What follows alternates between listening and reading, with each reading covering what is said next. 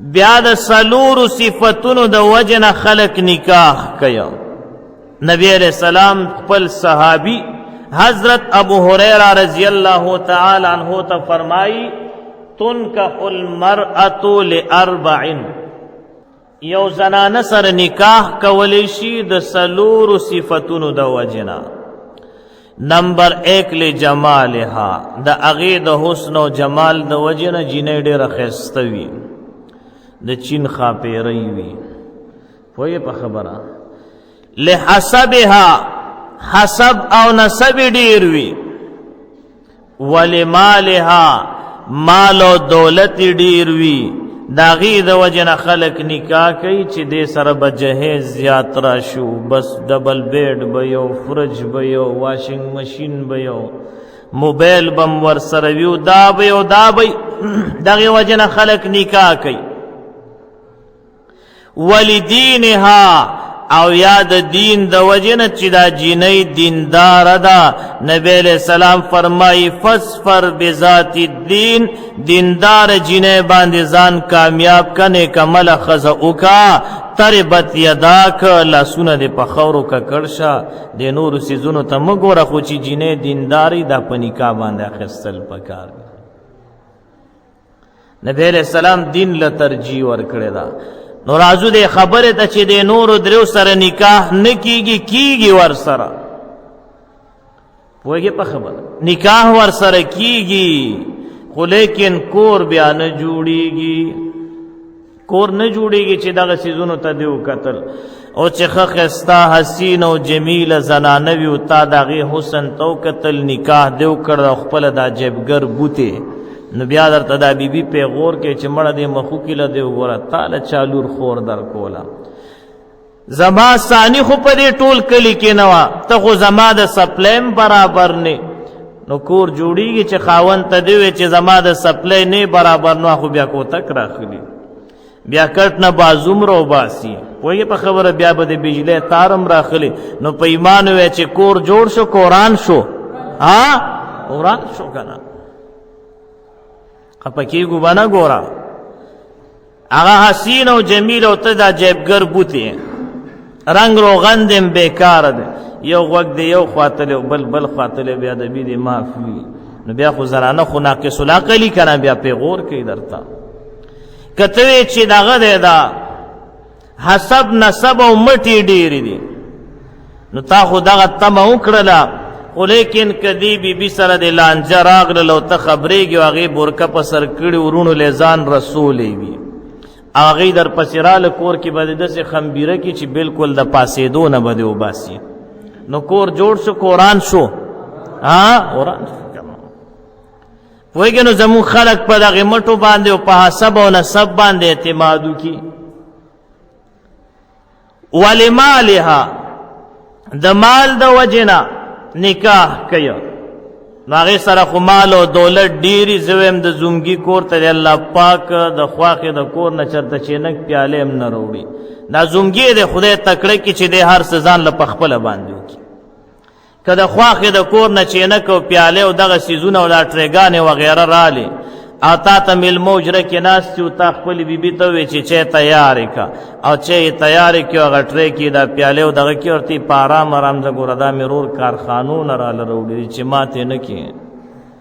نو بیا به ورته څه وې، او بیا هغه چینک پیالې راخلي نه، ته به ورته چې راواله بار میلمه ناست دی. نه دا خو ما په المارۍ باندې بره چتۍ باندې ایښي چې دا کمره ښایسته ښکاري، ځان له به دې کول، دا خو ما له رور چې کوم دی کارخانو مارکیټ نه راوړي دی، او دا خو یې پلانکي ځای نه راوړی دی او ډنګلي ځای نه راوړي. نو په ایمان وې کور جوړېږي. بیا چې بیبي ستا خبره ونه مني، نو بیا الله. دیو جن آقا فرمائی فاصبر بذات الدین، تزان کامیاب کا دیندار زنانه باندې. دیندار زنانه هغه ته ویل کیږي چې الله نه یریږي، مال دولت نشتا، حسن و جمال نشتا، حسب او نسب نشتا، خو لیکن زنانه دیندار ده. ستا کور به ټول دیندار وي، کور به ښه برابر وي، ستا خیال به ساتي. پوهېږې په خبره؟ نو چې زنانه دینداره ني، نو آتا سره بیا وخت نه تیروي، د هغې ډیمانډونه زیات وي. بهر حال چې زنانه دیندار شوه.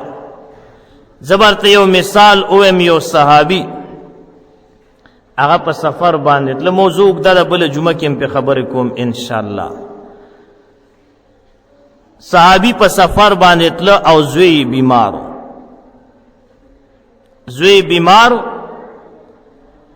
لاړ په سفر باندې، سفر یې وکړه چې کله واپس راتله نو اصول دادي چې سفر نه واپس راشي نو مسجد ته سړی راشي، بیا یو 2 رکعاته نفل وکړي، لکه مونږ او تاسو ماشاءالله چې سفر وکړو نو اول مسجد ته راشو، 2 رکعاته نفل وکړو نو بیا کور ته لاړ شو، نو دماغ هم یخ شوي، بیا کور کې جنگ جګړې نه کوو. همدغسې کوو که نه؟ هلته نه راشو سفر نه، ستړي ستومانه کور کې بیا زمرې د بریتو نیولي، بار چاته ټت نه شو کولی، جګړه هم کور کې شروع کړي. نو اصول دادي هغوی راله 2 رکعاته نفل کوي. کم ماشوم چې بیمارو هغه وفات شوی دی، کور ته خبر راله چې دغه صحابي راغلی دی. زنانه راله او هغه زوی باندې څادر واچو یو طرف ته، چې یو طرف ته کې سملو. خاوند چې کله راله بیبي ځان برابر کړو، خسته جوړه اچولې وه. دا په زنانه باندې د خاوند حق دی.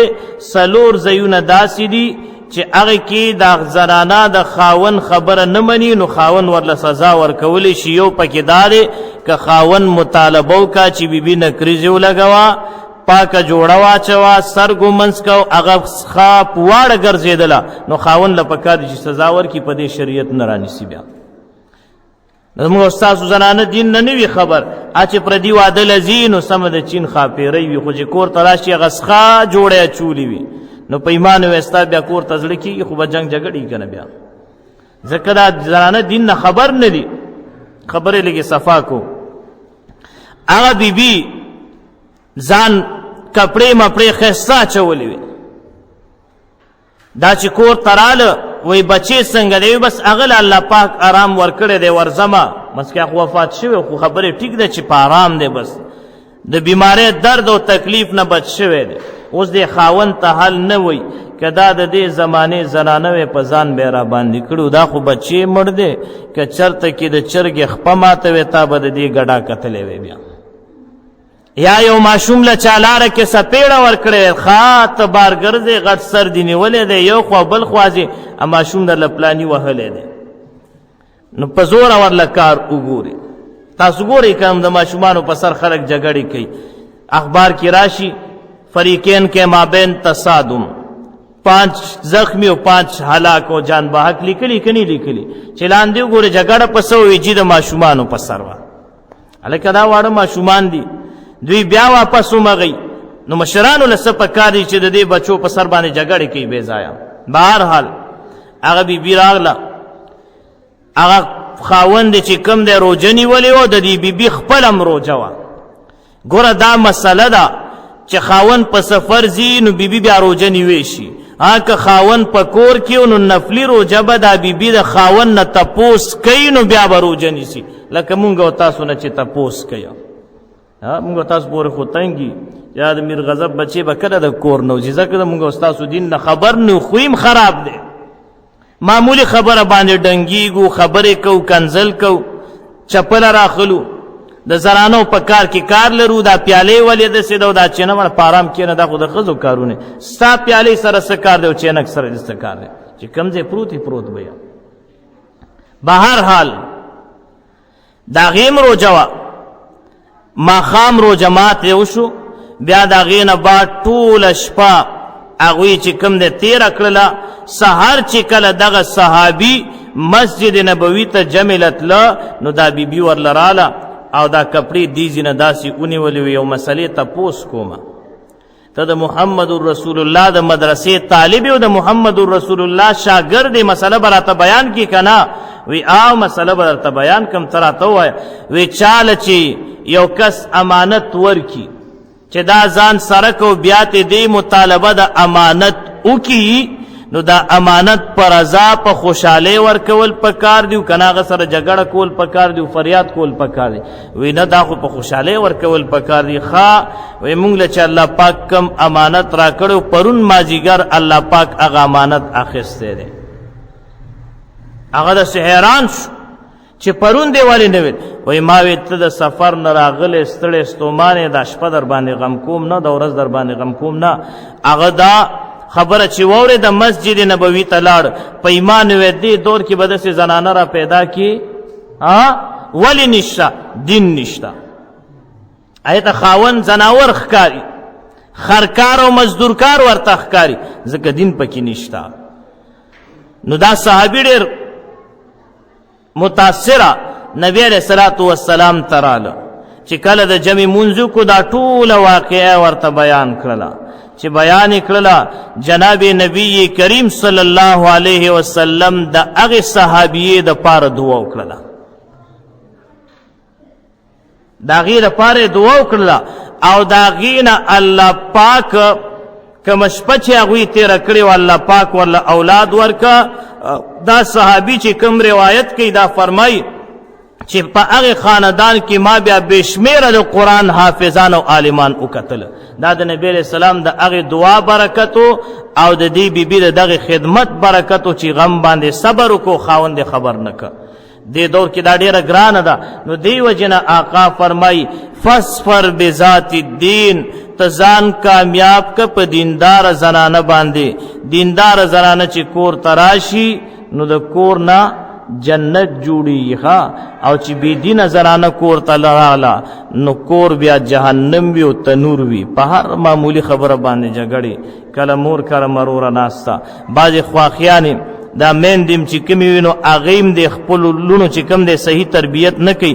دور جهالت کې یو زنانه تېره شوې د خپلې لور ته یې 10 صفتونه کړي دي، 10 اصول بیان کړي. زه به تاسو ته بیا هغه ویم انشاءالله. هغه اصول دا زنانه نه بیانوي، څه ورته وي؟ بس چې د خواښې خبره ګوره یو نه سي، د لیور خبره یو نه سي، خر خو چې بالکل ورته ګیام وانه چي. نو ته چې د لور داسې تربیت کې د هغې کور جوړیږي او ورته وایي که هلته د وخت نه تېرېږي راځه مونږ کره روټۍ او ترکاري ډېره زیاته ده، په بڼو باندې چې کم دی سترګې نه درنېږي. همغه لورې چې کور ته مروره راشي 3 میاشتو نه زیات نه ساتي، بیا ورپورې تنګي چې څنګه به ورپسې اوس خلک راځي او بوزي به او پخلا کوي به. همدغسې ده که نه ده؟ دا میندې ګوره ډېره کمزوري کوي. میندو له پکار دی چې د خپلو لوڼو کورونه تباه نه کړي، خپل لور ته نصیحت وکړي چې ستا دا پلارو دینه بعد چې کم دی سخر دی پلار دی، زه د مورم دینه بعد مور چې کم دی هغه ستا خواښې ده، دا د خویندې وي دینه بعد اندروریانې ستا خویندې دي، بس دا د رونو لیورونه دي دینه بعد رونه دي. دا نصیحت چې مور خپل بچی ته کوي او د بچی په دې خبرو باندې غوږ نه ګرې، ورته چې د سخر خواښې باره کې ګوره غلطه خبره ونه کړي. نو په ایمان وی دا لور به کور کې وخت تېروي که نه به تېروي؟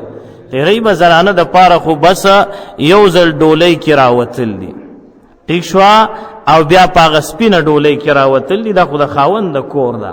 ځکه دا رشته کټ کېږي نه، د قیامت په ورځ ټولې رشتې مکمل کټ شي. هر یو رشته به کټ شي، واحد د ښځې او د خاوند رشته ده چې دی به په جنت کې یوځای وي، جنت کې هم نه بیلیږي. څومره د سوچ خبره ده. او زه کله کله د ملګرو ته ویم چېرته بیان ته لاړ شم، دا ښځه او خاوند ابتدا کې چې کوم دی نو دا ښځه او خاوند وي، خو چې زندګي داسې د محبت او د الفت تېرې نو بیا 2 دوستان شي. څه شي؟ 2 دوستان شي. نو یو دوست په بل دوست باندې ځان قرباني کوي که نه قرباني کوي؟ خو چې کله دی بوډاوالي ته ورسي نو بیا رور او خور شي. خیال هم کړي ورته. نو دا اله چې کله مونږ او تاسو د اصول مطابق زندگی تیره کو، الله پاک دی اول ما تو بیا تاسو د عمل توفیق را نصیب کی. هذا واخر دعوانا الحمد لله رب العالمین. سبحان ربک رب العزة عما یصفون وسلام علی المرسلین والحمد لله رب العالمین. درود شریف وای. اللهم صل على سيدنا مولانا محمد وعلى آل سيدنا مولانا محمد وبارك وسلم وصل عليه.